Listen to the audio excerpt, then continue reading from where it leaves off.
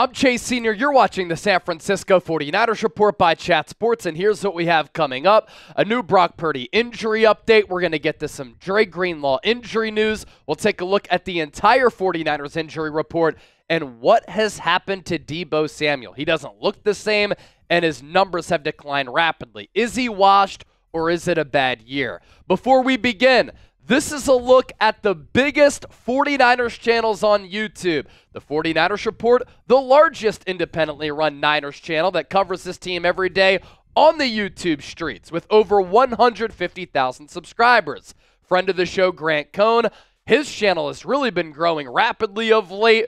119,000 subscribers. David Lombardi, 80,000 subs. And my friend Larry Kruger, whose show I go on every Friday, 51,500 subscribers. Competition brings the best out of everybody. All of these people do great content on their respective channels, but subscribe here for daily and year-round Niners coverage. Really appreciate all of your support and you watching the program here. Let's get to the latest on Brock Purdy. We begin there. Obviously, he missed Sunday's game against the Green Bay Packers. In case you didn't know, now you know. That injury deemed as shoulder soreness by the team. Last week, he was day-to-day to start the week after that awful loss against Seattle. Then he was limited. He was a limited participant in practice on Wednesday where he did not throw. He threw on Thursday, had to cut that session short, was working with the trainer because he experienced pain in that throwing arm, had that discomfort, and then the Niners ruled him out, and they started Brandon Allen, and unfortunately, we had to watch that debacle on Sunday at Lambeau Field. The update here with Purdy is that according to Kyle Shanahan, he did some light throwing on Monday, had no pain in that shoulder, and the Niners will continue to monitor his status throughout the week. Purdy did undergo a second MRI just so that he was safe, just so that the Niners were safe. They wanted to make sure upon getting that second MRI, going through some more imaging, that they didn't miss anything with the first MRI. And just like that first MRI, the second one came back clean. Here's a direct quote from the Niners head coach in Shanahan. He did some light throwing today. It went all good. We didn't push him real hard. He did some of that light throwing. That's a good sign that the pain did not come back. We'll test it tomorrow, as in Tuesday, and we'll see how this week goes. And in a way, in that game on Sunday, we saw what Brock Purdy's value is. The look and the aesthetic of the offense is completely different when number 13 is on the field as compared to when Brandon Allen is on the field. Brandon Allen is not a starting caliber quarterback in this league. He's slipping in the backfield. He's fumbling. He's throwing picks. Really, he had one good drive in that game against Green Bay. There was no consistency or rhythm to the Niners' offense, and you could tell that with how Kyle Shanahan approached that game with the game plan and how he called it, he knew that Allen was limited. Throwing safe balls to the sideline, being very conservative because he didn't want Allen to give the game away. Brandon Allen was horrific. So Brock Purdy's value was on display even though he was on the sideline because Brock Purdy is one of the top quarterbacks in the league. Still, in my opinion, with these struggles, he's a borderline top 10 guy. Brandon Allen, on the other hand, I don't think is a QB2 in this league, and the Niners sorely missed number 13 on the field. So the good here is that it doesn't look like Purdy's injury is overly serious. The MRIs have come back clean. That's good. The bad, I can't believe I'm saying this. I can't believe Kyle Shanahan said it on Monday. He said if Brock Purdy can't play, Brandon Allen will start once again. What did Joshua Dobbs do to Kyle Shanahan for him to not get the start? Joshua Dobbs has a better arm. Joshua Dobbs is a more dynamic athlete. Joshua Dobbs is more athletic and can create out of structure with his arm, with his legs. Behind this porous Niners offensive line, Brandon Allen is a statue in the pocket, and Joshua Dobbs has more high-level starting experience in the National Football League. We saw in the preseason who the better quarterback is. Anybody with the football brain knows that. Yet just because Brandon Allen knows this system, Kyle Shanahan's going to go with him if Purdy can't play in Buffalo when it could be snowing on Sunday Night Football. Brutal. If Brandon Allen does start, and we have to subject ourselves to watching Brandon Allen play again, should I delete this channel? Apologies in advance to the 150,000 plus people who subscribe to this show. D for delete, K for keep because you still want this content. Obviously, that's a joke, tongue-in-cheek. I'd never delete this channel, but watching Brandon Allen again for a watch party, it's torture. Other Niners injuries here on the Niners injury report. Left guard Aaron Banks has a concussion. Defensive tackle Jordan Elliott has a concussion. Rookie cornerback sensation Renardo Green dealing with a neck injury. Special teams linebacker Demetrius Flanagan-Fowles has a knee issue. Wide receiver Jacob Cowing, concussion. And defensive tackle Kevin Givens dealing with a groin ailment. Elsewhere, third-round pick Dominic Purdy, who has been a revelation along the Niners offensive line, who has been one of the top guards in football, has to undergo an MRI on his shoulder. We'll wait to see what those results are. That would be just a catastrophic loss for the Niners, considering how bad their offensive line is. And imagine how much worse it would be if somebody else other than Purdy was playing right guard. Because Jake Brendel stinks, one of the worst starting centers in the NFL, and Colton McKivitz isn't a starting caliber right tackle in the National Football League. Yet the play of Dominic Purdy has helped to elevate those other two aforementioned players in a way. So if he misses some time, huge loss for him, and the rookie development will be cut short as he has just played awesome football this year in year one. Niners certainly hit on that draft pick back in April in the 2024 NFL Draft. Some unfortunate news here. Yesterday on the show, last week on the show, I was talking about some changes that San Francisco could make, might make, should make. One of the changes that I discussed, starting John Feliciano over Jake Brendel. Better player, has center starting experience. 2 years ago, he was the full-time starting center, while with the New York Giants, Jake Brendel's always getting pushed into the lap of the quarterback, committing a lot of penalties, missing assignments, not strong enough with that lower anchor to be a starting center for a team with playoff Super Bowl aspirations. One of the changes I want to see the Niners make moving forward is finding his full-time center replacement. Unfortunately, though, that all hinged on Feliciano being healthy. It's not healthy. It's going to stay on IR. His knee has not responded from the knee injury that he suffered before the season. He took to X to say this: I tried my hardest to get back. Father time is real. I'm hoping this ain't the end, but if it is, a hell of a ride. It's been in the NFL for about a decade. Positive injury news. The Niners did open up the practice window for linebacker Dre Greenlaw. As soon as he can play and is able to play and is in good enough shape to play, the Niners can activate him and elevate him to the active roster. Boy, oh boy, have the Niners missed him on the defensive side of the football. His loss has been felt for this Niners defense, especially at that linebacker position, all season long.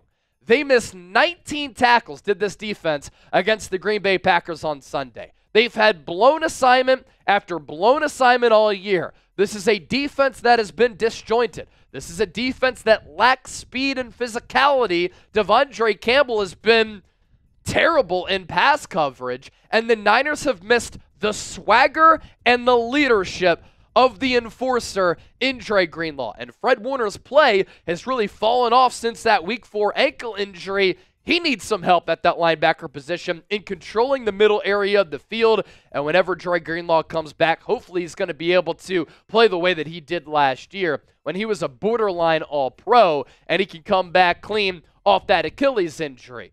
Greenlaw in the regular season was really good. Then in the playoffs last year, he took his game to another level. And once he went out in the Super Bowl, Snyder's defense was never the same. This year, they haven't been the same. In the playoffs, overall PFF grade of 80.2. He had a coverage grade of 89.7. It doesn't get any better than that, especially in that divisional round with those 2 interceptions off of Jordan Love. Niners could have used that on Sunday. Coming up, what happened to Deebo Samuel? We've checked off these 3 boxes here. Still to come, what is going on with Deebo Samuel? The play is not good. The body language is not good. I hate the attitude as well. We're going to explore that just around the corner. Today's Niners Report, though, sponsored by Prize Picks, the best place to get real money sports action. With over 10 million members and billions of dollars in awarded winnings, Prize Picks has made daily fantasy sports accessible to all. You just pick more or less on at least 2 players for a shot to win up to 100 times your cash. Run your game all season long on Prize Picks. When you sign up today, you get $50 instantly when you play $5. You don't even need to win to receive that $50 bonus. It's guaranteed. Prize Picks also offers weekly promotions that can lead to big payouts like Taco Tuesday or free holiday promotions. Like this Tyreek Hill, 1 yard equals 1 win square. All he has to do is have more than a half receiving yard, and you get to chalk up an easy victory. Head to prizepicks.com/CLNS. Run your game with Prize Picks, the largest independently run daily fantasy sports platform in North America, with billions of dollars handed out in awarded winnings and more than 10 million active members. To the back half of the show. What has happened to Deebo Samuel? He's having, by far, in my opinion, the worst year of his career here during the 2024 campaign. And is he washed, or is it a down year for him, just like it is for this entire Niners organization? What's really frustrating about what we're seeing with Deebo Samuel right now is just the decline that we've seen since that incredible All-Pro season in 2021, especially after he signed that lofty contract extension back in 2022, when at the time he became a top 10 highest paid wide receiver in the NFL. Since inking that deal, his availability has been inconsistent and sporadic, and his production has been up and down.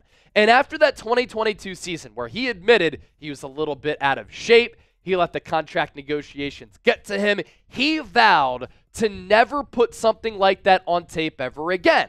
Now, last year in 2023, he had more than 1,000 all-purpose yards, a pretty solid season, but he's never had more than 1,000 receiving yards outside of that 2021 season. And this year, without Brandon Ayuk after suffering his horrific knee injury, Deebo had an opportunity to step up, to prove that he can still be a number 1 wide receiver. He hasn't even come close to doing that. He has been a one-of-one player throughout his Niners career, dynamic, versatile, being used inside, outside, as a wide receiver, as a wide back, in the backfield. He's a threat for a house call anytime he gets his hands on the football, except for this year. Because in 2024, the yak yardage, the tackle breaking numbers, the rushing numbers, the receiving numbers, they're all down. And with him struggling, the body language has been off. The leadership hasn't been there. He's been sulking. He approaches Jake Moody saying, you got to lock in after missing 3 kicks. Deebo Samuel himself has to lock in. 2 bad drops against the Green Bay Packers, one of which turned the momentum of the game. And a microcosm of the Niners season, he had that great kickoff return, and it was brought back because of a holding penalty. And after the dismal Packers game, he declines to speak with the media. I have a problem with that. That is not what captains do. And let me ask you this. What would Fred Warner do? He would own up to it.